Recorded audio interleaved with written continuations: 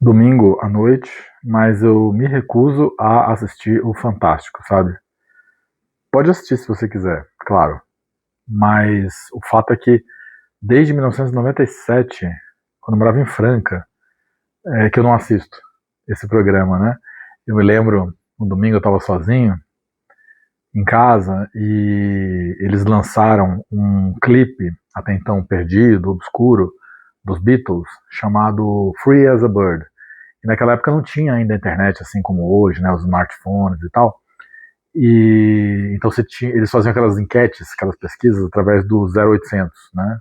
Você ligava lá e votava na opção A, opção B, e a enquete da noite era: quem é mais popular, Beatles ou Sandy Júnior, que estavam fazendo uma turnê nacional naquelas alturas.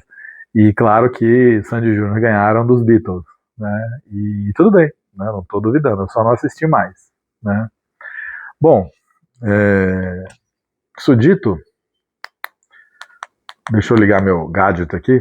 Vou voltar mais um pouquinho no tempo ainda. Vou voltar para 1990. Eu morava em Salvador. Maradona tinha acabado de eliminar o Brasil na Copa do Mundo, né?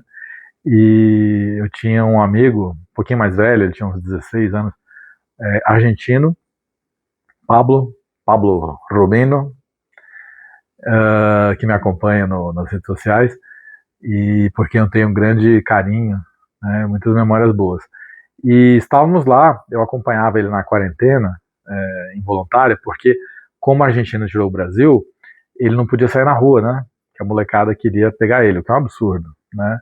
Mas o fato é, ele trabalhava como balconista de uma locadora de vídeo, ele tinha que ficar assistindo os filmes, né, para ver se tinha defeito, problema de legenda, mais ou menos que nem o Quentin Tarantino, né? E de modo que a gente acabava através dele acessando em primeira mão os filmes mais legais, né? E foi assim que eu travei contato com o Jean-Claude Van Damme, o Grande Dragão Branco, clássico total dos filmes de pancadaria, quem não se lembra, né? E assim eu entro no meu assunto dessa vez. Vou começar, antes de apresentar a obra, vou ler um trecho aqui do prefácio, né? E me digam se a gente não vai ser imediatamente transportado para aquele ambiente lá do Dragão Branco, né? Então é assim. Ai, ai, ai, tá aqui. Muito antes do UFC, aliás, nos 2 anos anteriores, tinha treinado com um artista marcial de Nova York, que era um autodidata fisicamente brilhante.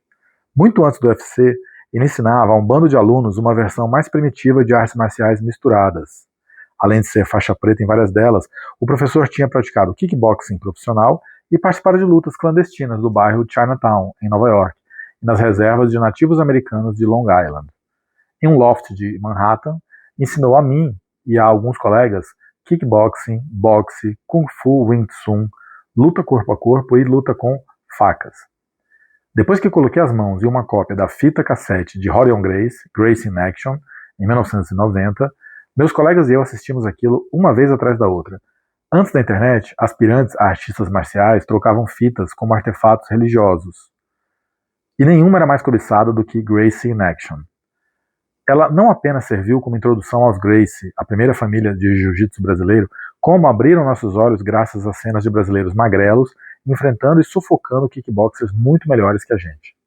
Isso junto do mantra provocativo de Rorion Grace, de que todos os lutadores acabam no chão. Plantou uma semente de dúvida na minha cabeça quanto à minha dependência de socos e chutes. No verão de 92, um grande amigo e lutador contou que Rickson, o melhor dos Gracie, tinha aberto uma escola no oeste de Los Angeles. Perguntei se ele me conseguiria uma aula particular e, para minha surpresa, ele respondeu já no dia seguinte: esteja lá às 2 horas. A escola do Rickson é um pouco difícil de achar. Vá para o leste, em Pico. Quando chegar em Sepúlveda, procure a loja de tecidos à direita. Estacione onde der. Depois vá pela calçada até a parte de trás do prédio. Depois, de pensar melhor, acrescentou: eles querem saber se vai ser uma aula ou um desafio. Respondi que era só uma aula. Não se esqueça de mencionar isso quando chegar. Muita gente tem aparecido na escola dele para lutar. E ele descreve, né, os caminhos ali, atrás de uma escola de karatê, né, enfim, dentro do quarteirão. E ele consegue chegar ao destino, né? E vamos lá. 20 minutos depois, Rickson chegou. Ele sorriu para mim e se desculpou pelo atraso. Quando apertou minha mão, olhou fundo nos meus olhos e começou a apalpar meus ombros, tríceps e outros músculos, aprendendo sobre mim sem usar palavras. Em um nanosegundo, soube que eu era tão inofensivo quanto um mosquito. Gracie não era alto, mas tinha ombros largos. Não deixei de reparar em como ele era magro. Bom, e segue, né? Quem está falando aqui é o Peter Maguire, coautor de Conforto na Escuridão, do Rickson Gracie, com o subtítulo O Poder do Jiu-Jitsu Invisível. O Maguire é aluno dele, amigo íntimo, né? Aluno de primeira hora, que faz o prefácio do livro, né?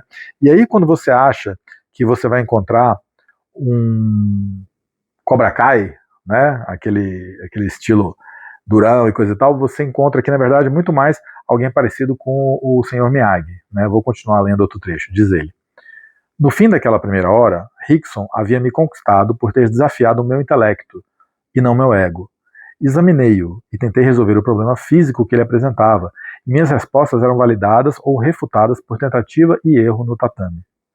No fim da aula, ele me pediu que tentasse prendê-lo em qualquer posição que eu quisesse, da qual escapou com pouco ou nenhum esforço.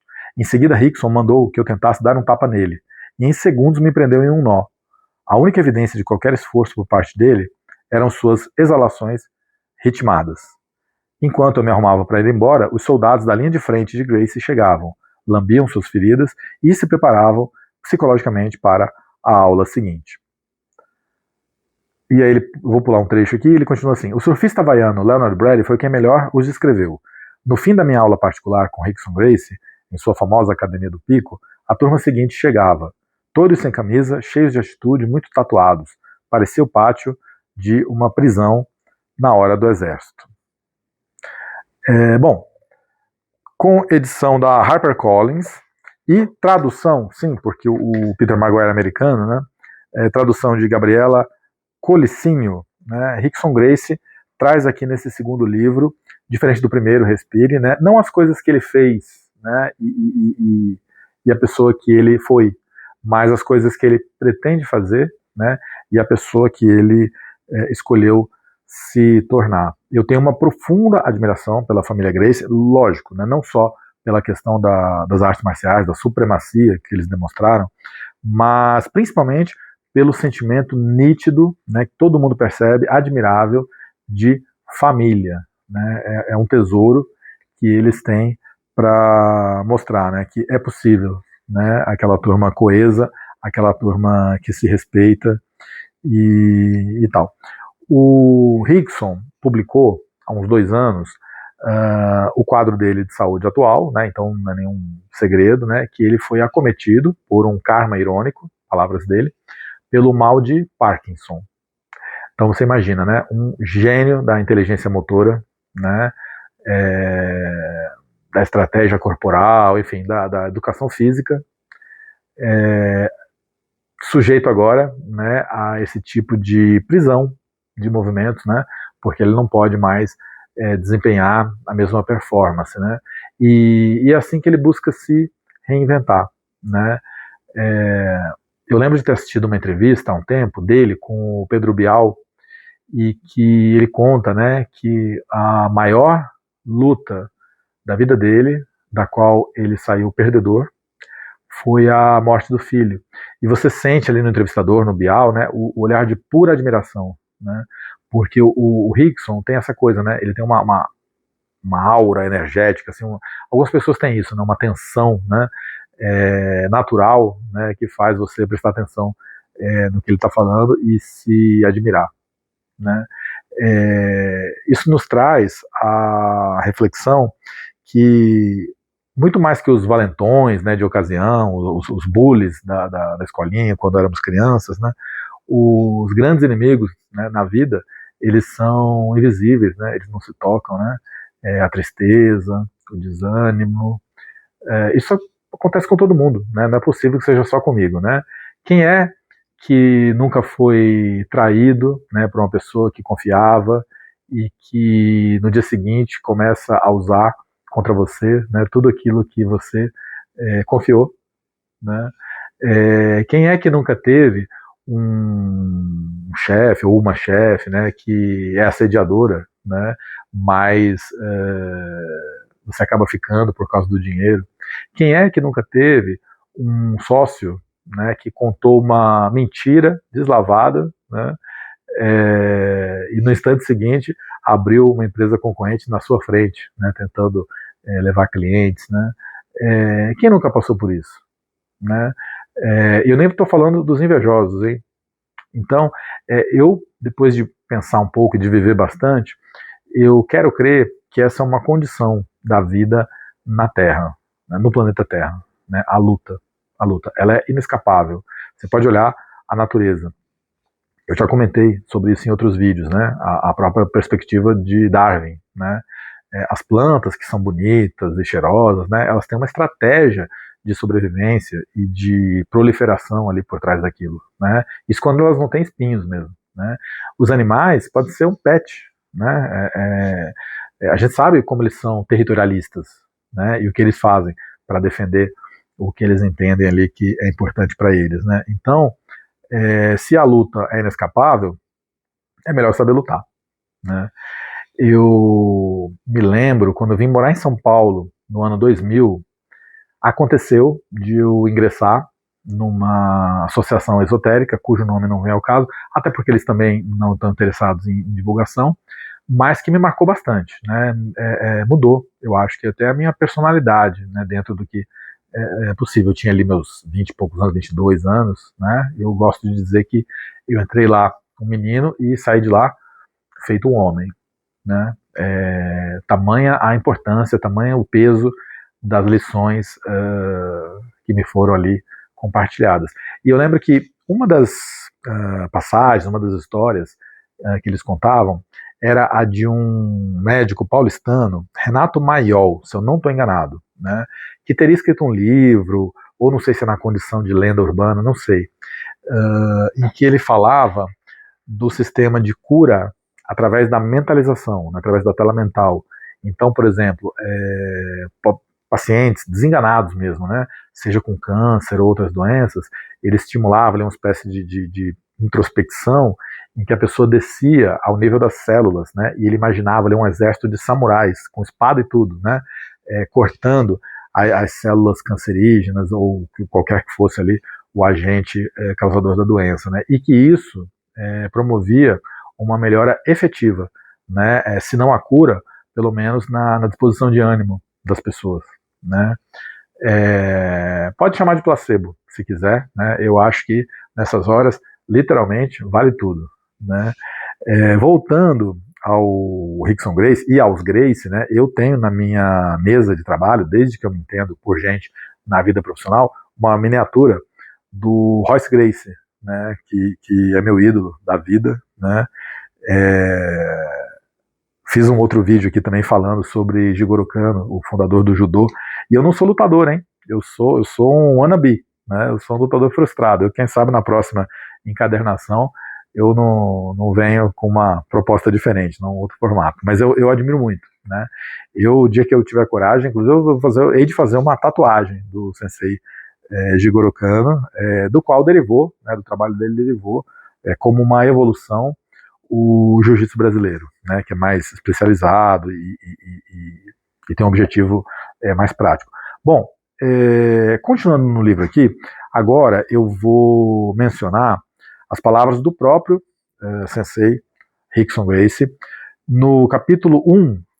O capítulo se chama Kensho, né? Eu rabisquei o livro todo aqui, que me ajuda a memorizar.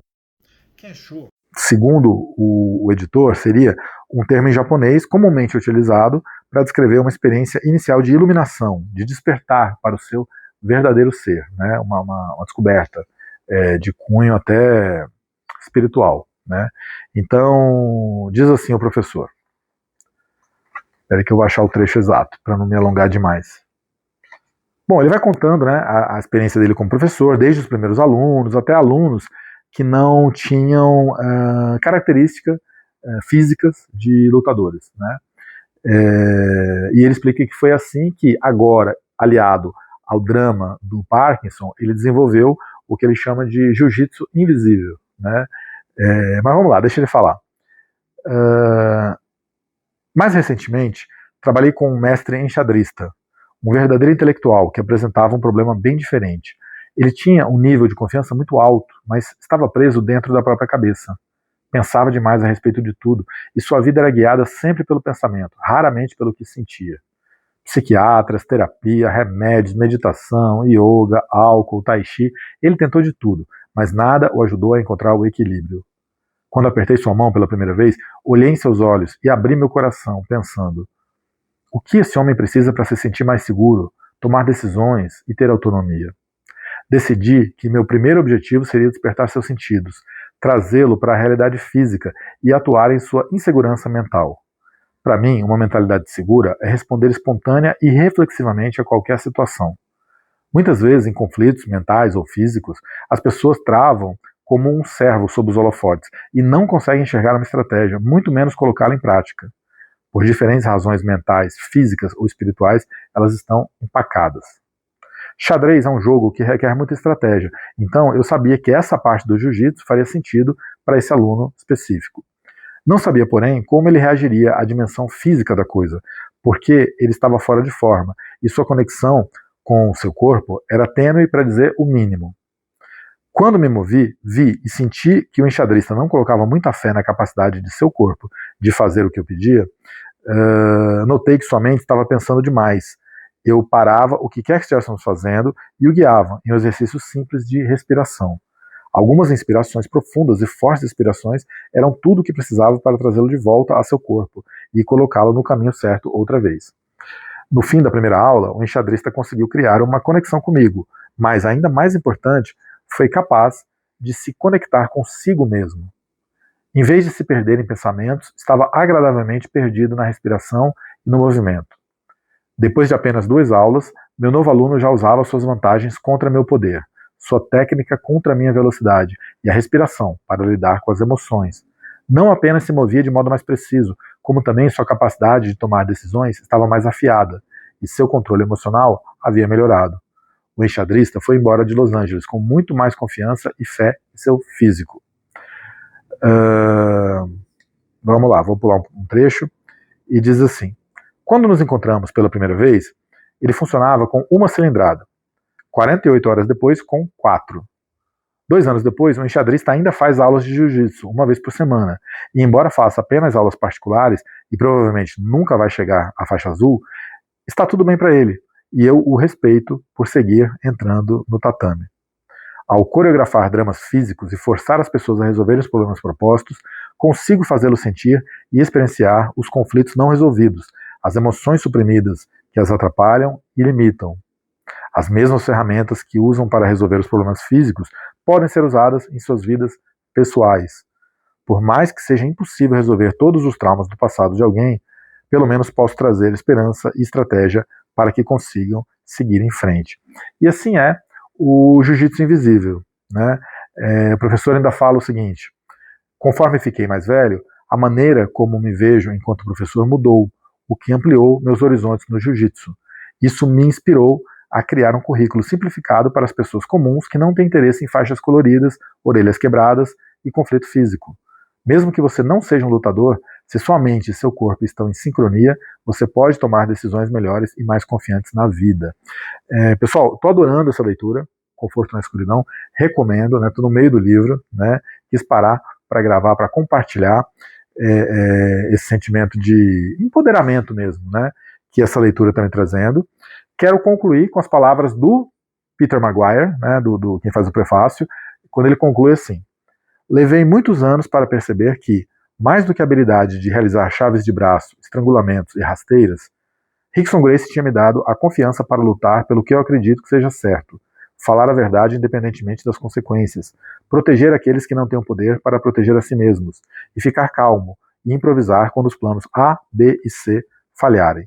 Em resumo, é esse jiu-jitsu invisível que eu vou carregar comigo até o dia de minha morte. Então, vamos lá, dar uma rasteira na tristeza, dar um estrangulamento, um mata-leão nos pensamentos ruins, né, e seguir a vida, porque, como diz o ditado, quem viver, verá. Né?